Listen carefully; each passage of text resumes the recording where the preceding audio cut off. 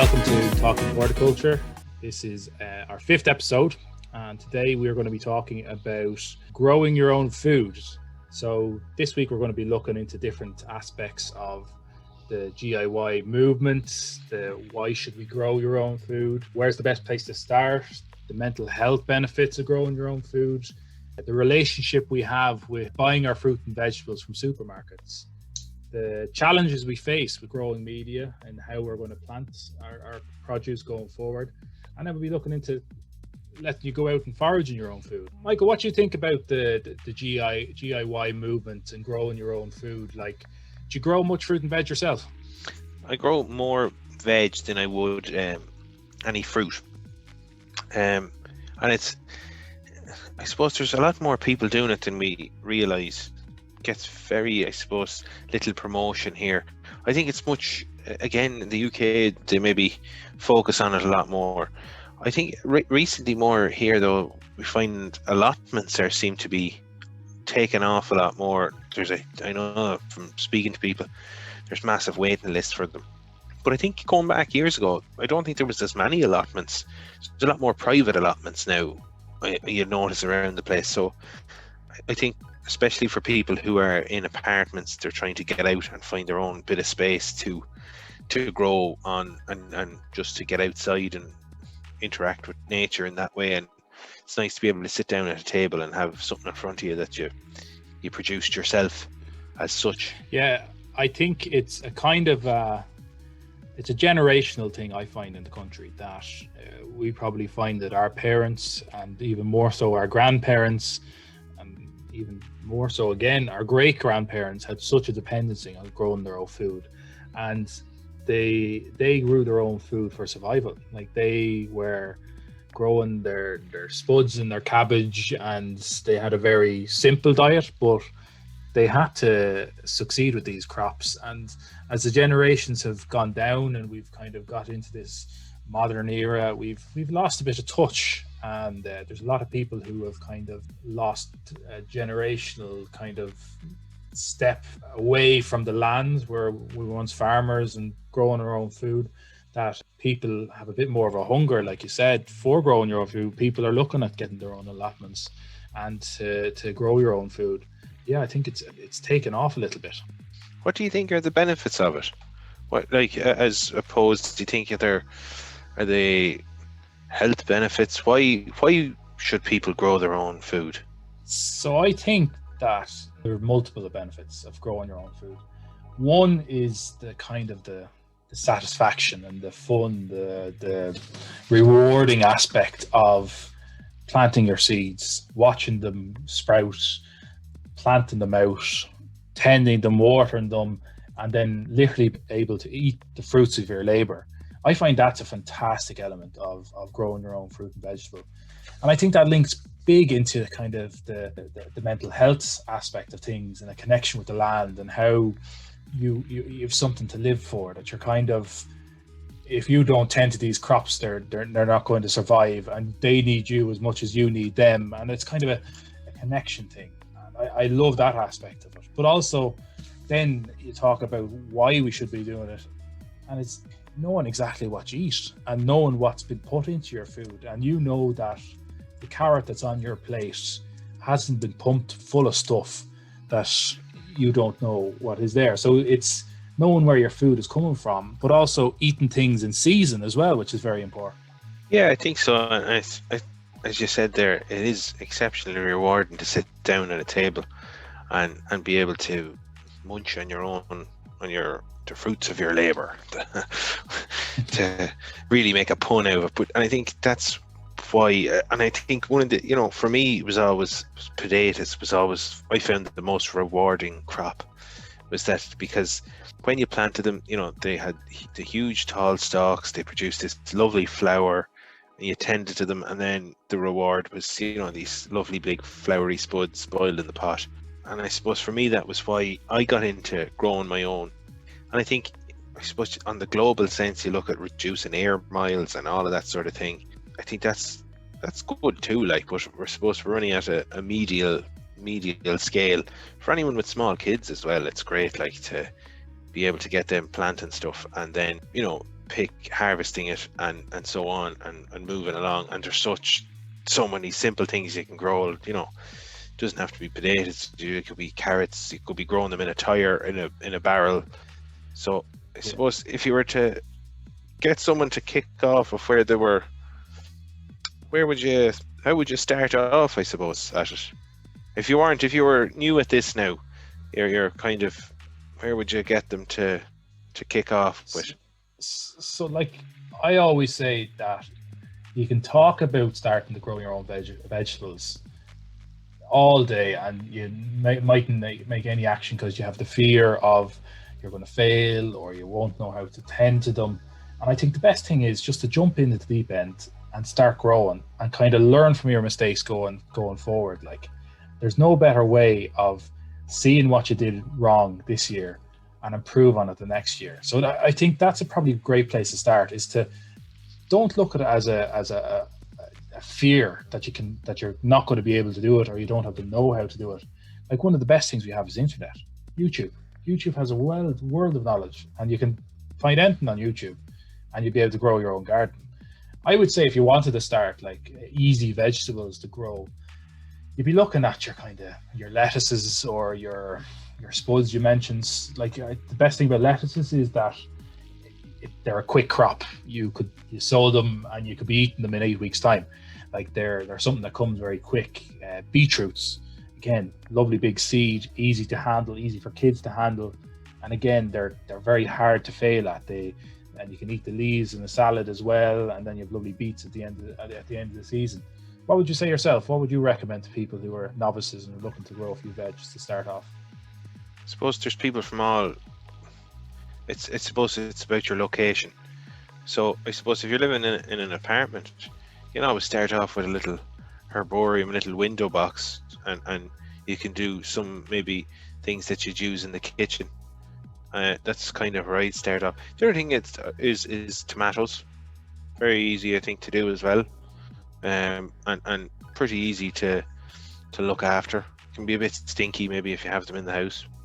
I always used to, when I started out, I grew them in pots in the back window, and I always used to be complaining about the smell. But look, that's just one part and parcel of it. But and then as you move forward, like if you are in an apartment, maybe look into getting an allotment if you really wanted it, and if there is waiting lists, to get your name down on them in plenty of time, and going forward then, for somebody wanting to kick off, if you have a back garden, maybe you're after buying a house or you're after acquiring a garden, like as such, start to get your ground prepared.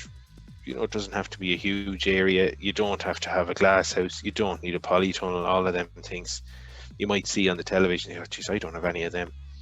You don't need to worry about that. Just maybe start to dig over a small bit of an area and start, as you were saying there, with some of them smaller crops that you can grow and move out, or that type of thing, or something that you can put in the ground. Spuds is an easy thing. If you wanted to even buy a bag of spuds in the shop and chit them. Not everywhere was doing seed potatoes this year for some reason. They were doing them, but the problem was that there were so many people growing them that there was such demand out there this year with the lockdowns and stuff like that, that your good old reliables like your seed potatoes and your onion sets and just your general kind of seeds for your veggies were like hotcakes. You couldn't get them. They were such demand. They couldn't stock the shelves with them. They were going out that much. So that kind of shows the hunger out there for people to grow their own food and to get there. It's a good sign, I suppose, and I hope that when things start to open up, that people stick with it, that they don't lose that enthusiasm that they've got for it, I suppose. But as we said, there's very simple ways there of starting off by just getting even a few pots or a few big planters, a few big tubs, and you'd be surprised the things that you can make them out of. Old washing machine drums, all that sort of thing. Anything that you think that will free drain and hold some compost, that will grow stuff. So they're all the places that you can start off and build on to get your plants into the ground as such. You get yourself kicked off. And I'd say like it is kind of, we mentioned it there about the rewarding aspect of it and the satisfaction of it, that you have something that you can just walk out your garden and pick some fresh lettuce and stick it in a salad and have it, be able to eat it. It's great for your mental health. Like it's fantastic. Yeah, that's a whole area that has opened up for people as well, and I know it's kind of part of therapeutic horticulture, and people use that for different things that they have going on, and it's great to get into the outdoors. You know, it's not an area I'm maybe hugely up on. Are you? No, maybe fill me in on a bit more about it. Yeah, it's somewhere that something that I've only kind of really touched on in different kind of areas is how we interact with not only growing your own vegetables, but even just green spaces. Is that it's a connection to the land. It does something to our soul. It makes us feel a bit more fulfilled, a bit more connected, that you're in this greater ecosystem, and people are using it now as a tool for well-being and for mindfulness and for rehabilitation. Like you look at any of the kind of areas where we're looking after people in society, whether it be mental health issues or whether it be rehabilitation of prisoners and stuff like that, all these places will have programs, horticultural therapy programs, I suppose is the best kind of name for them, where they're using horticulture and growing your own vegetables as a tool to either bring someone back from the edge or to try and make someone a better version of themselves by giving them something to live for, to be excited for, to feel that they have this purpose to go and do something. And there's a lot more than just walking into your supermarket and buying your apples off the shelf or something like that. Yeah, it's like what would you say, a nature-based therapy, I suppose, or nature-based practice. And I suppose it kind of, as you said there, ecotherapy, or brings you back closer to nature, I suppose, that way. One of the biggest issues I find is, and we mentioned it there, about the disconnect we have, that society has with what we eat and where our food comes from. And like you see some of the kids and some of the programs on TV where they're given like a potato that's just been dug out of the ground and they're asked, what's this? And they're not able to tell you what a potato is. Or you give them a chip, like just a French fry, and you're saying, what's this come from? And they're not able to tell you what the unrefined version they're eating is coming from, like a lovely peeled orange carrot cut, battened onto your plate, and they're not able to say that it grows in the ground with leafy stalks out of it. Like this kind of disconnect of how we interact with our food, and that everything that we eat is presented in this shiny plastic wrapper, perfectly presented to us. It's not a healthy relationship we have with our food, that we can go down to the supermarket 364 days of the year, probably nearly 365 days of the year at this stage, and get whatever fruit and vegetable we want. That's not a good thing. Yeah, so many when you go into a shop, like anything, it's supposed it has to be clean and tidy, and nowadays many people like going in and maybe buying their vegetables ready chopped or ready sliced and all that sort of thing, and find that, you know, you get 2 parsnips or 2 carrots in a vacuum sealed pack, and they're perfectly straight and perfectly out of line, or perfectly in line. What nobody knows behind the scenes and what goes on there is that when the carrots are come in from the field, they're either screened on the field, and one with a little bend or a little tiny indent is dumped back into the ground. And if it makes it into the sorting area, unless the carrot is perfectly straight and perfectly uniformed, it gets dumped, and there would be totally nothing wrong with that. And when you grow your own, or if you're growing your own, you'll know that things don't come out of the ground and are not meant to come out of the ground totally uniformed and spotlessly clean the way that we find them on the shelf. And that's a thing that we have to move away from. We really have to move away from that. And I know Aldi and Lidl have been pioneering loose vegetables, going in and being able to pick up the vegetables that you want without having to buy vacuum packing around it. That's great and that's brilliant, but they also need to move away from the idea of the straight perfect veg. Just box up whatever comes in and sell it. Yeah, like this problem. Like I remember years ago when we both went to view the farms in North County Dublin, where they were digging growing the carrots and turnips, and like you said, there was not only the ones that were straight or bendy or too small, but also the oversized ones, the ones that were too big, that wouldn't fit into that 6-inch container, were all just been set aside, that were unsaleable. And that really shocked me, that these things, if you grew them in your own garden, you'd be like, oh gee, look at the size of this carrot I've grown, fantastic. But because it just didn't conform to the supermarket's strict stipulations, it was deemed unsaleable. Well, for our own Irish growers, I think they're getting hammered enough as it is. Like they really are. The supermarkets are really nailing them to the wall on this delivery of this high quality product, and also the price that they're getting per unit is ridiculous. Like, and to be able to go into a shop and expect someone to sell them a carrot for 20 cents or something, I think that's ridiculous. And I don't think people even see what's going on with growers in Ireland, that how many we've lost.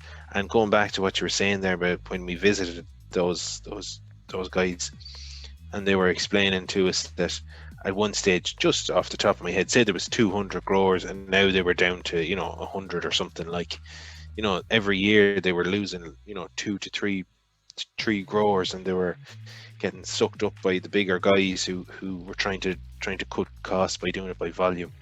So we should be thinking of all of those people as well, which are the supermarkets are hammering again on their unit price. Like it's go big or go home with the growers, unfortunately, and those small lads are being squeezed out. That they're like you said, their margins, that you're going into the supermarket and you're buying your lettuce head for 50 cents, and that grower might be only getting 5 or 6 cents per head for that lettuce, and he's nearly selling it at a loss, and the supermarket's making all the kind of the money on it. So that's where I kind of say to people, even if you're not going to grow your own food, is to go to your local farmer markets, or go to support your Irish growers, go as close to the farm, from your farm to fork, as possible. That you might need to spend a bit more money, but I promise you, the produce you get will be far, far superior, and it will help kind of sustain these smaller growers going forward. Yeah, I think so. And to look at the sustainability is key for it. We have to keep this business in Ireland, because having to fly vegetables in from abroad is just it's unpractical when we can do it here. If we feel that we can pay these guys enough, we know we can. So it's just a matter of it happening. Yeah, like I think there is a big consumer issue, that when you look at people who are going into supermarkets, and always people look at the potatoes with the muck on them. Oh, I couldn't eat a potato with muck on it.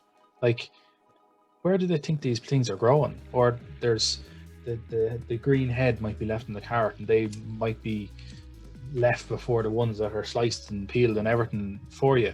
Like, that sort of kind of mentality, is it laziness? Is it kind of like, oh well, that's been done for me by the supermarket, and I pay less money to have it prepared further, that I just don't have to do it in my own home and get my fingers dirty. Like, it's a bad kind of mentality that the consumer has, And I think it's laziness almost. It's convenience food at its core, I suppose. Yeah, I think so. And to look at sustainability as well, I suppose it's the idea now that we're trying to move away from this peat-based products. And I suppose anybody that's going, if you're getting into growing, it's something you should look at, and as well as starting a compost heap in your garden, and trying to move away from peat-based products, as great as they are for and have been for many years for growing everything and anything. Fortunately, the time has now come where we just can't sustainably keep using them. So it's another thing that we'll look at in a podcast, is the idea of turning our waste back into a usable product as a compost. And when you're going out shopping for your product, just keep that in mind. Bear that in mind of don't just pick up a bag of compost or peat moss. Read, shop around and see what's available before you just pick one off the shelf, because it's every little decision and something like that will make a difference. Do you use peat, or what would you use when you're planting your vegetables? Yeah, I used to love using peat moss, and it's a fantastic product. It really, really was. But from a sustainability point of view and kind of looking at long-term kind of thinking, I stopped using them many years ago because I felt that it's a finite resource we have, and it's causing a lot of grief. And now it's only Bord na Móna have said only recently that they've ceased all peat production in the country now. That we're going to see real changes to what we're going to have to grow our crops in. Like, I know the mushroom growers are going to have big problems now because they use peat moss for growing the mushrooms, and the same as the strawberry growers in the country as well. A lot of these people use this because it's a lovely product. It's weed free. It's easy to keep moist and all this sort of stuff. And it's just looking at the other alternatives. And like you said, composts. Bagged compost can be hit and miss. You can get some great ones, and then you can get some really rubbish ones that fill your garden full of weeds. Like, it's hard to find a good supplier of compost that's doing all the right procedures to ensure that you have this kind of good usable media to grow it. Yeah, that is the thing about it. And with some of the products that's coming out in some of the recycled material, I have found that it can be full of weeds, and you spread it out, and you just get you get stuff you've never seen before. So yeah, it's a matter of being quite picky. If you're working on it there in the background of gathering up all your own waste and creating a product with it, it's going to benefit you, not straight off, but in the long run. It might be, you can build a compost heap pretty easily out of pallets, but if you're considering putting food waste into it, and maybe you're in a housing estate or something, you might want to consider maybe one of the plastic compost bins, just for vermin reasons, just to keep that sealed up. That sometimes can be an issue, I've found anyway. But long term, then that will pay off for you. I know you used to make your own fertilizer as well, didn't you? Yeah, so these kind of old practices that our grandparents did, of the compost heap and the compost tea and stewing your nettles in a barrel in the corner, like, these are old things that the previous generations did, and you kind of looked at them and you did them, but you never really thought about why they did it. And now you can see that, oh well, actually we're going to have to revert back to these ways because a lot of the fertilizers are coming off the market.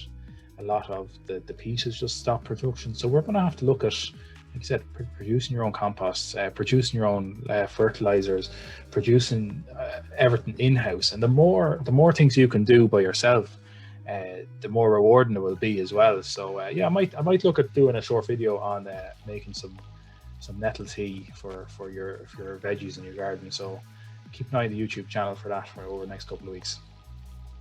So did you ever go out and do a bit of foraging, which is also it's great if you've rustled up something out of your veg patch.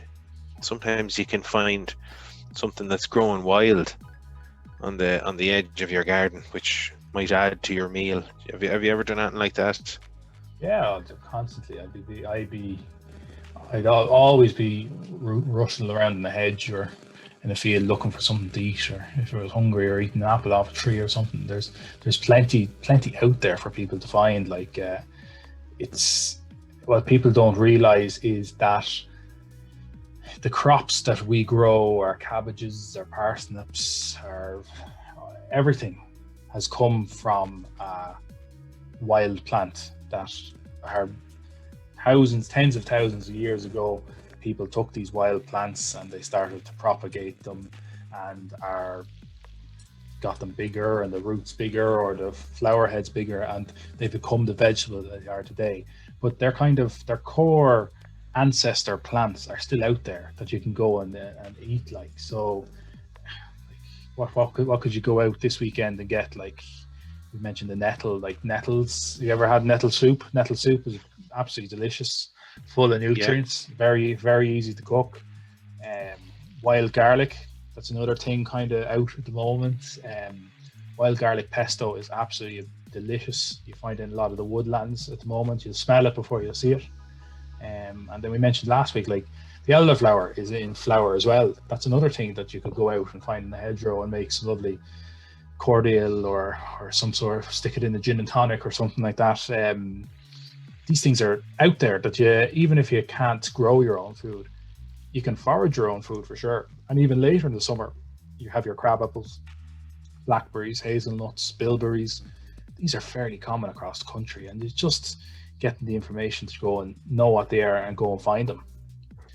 Like anything, if you are going out to forage and you're kind of new to it, please be very aware of what you're going to pick, because things can look very similar to something else. So don't just go out and make sure you do your research and you know what you're doing. And I think that's especially important when it comes to anything like mushrooms or anything.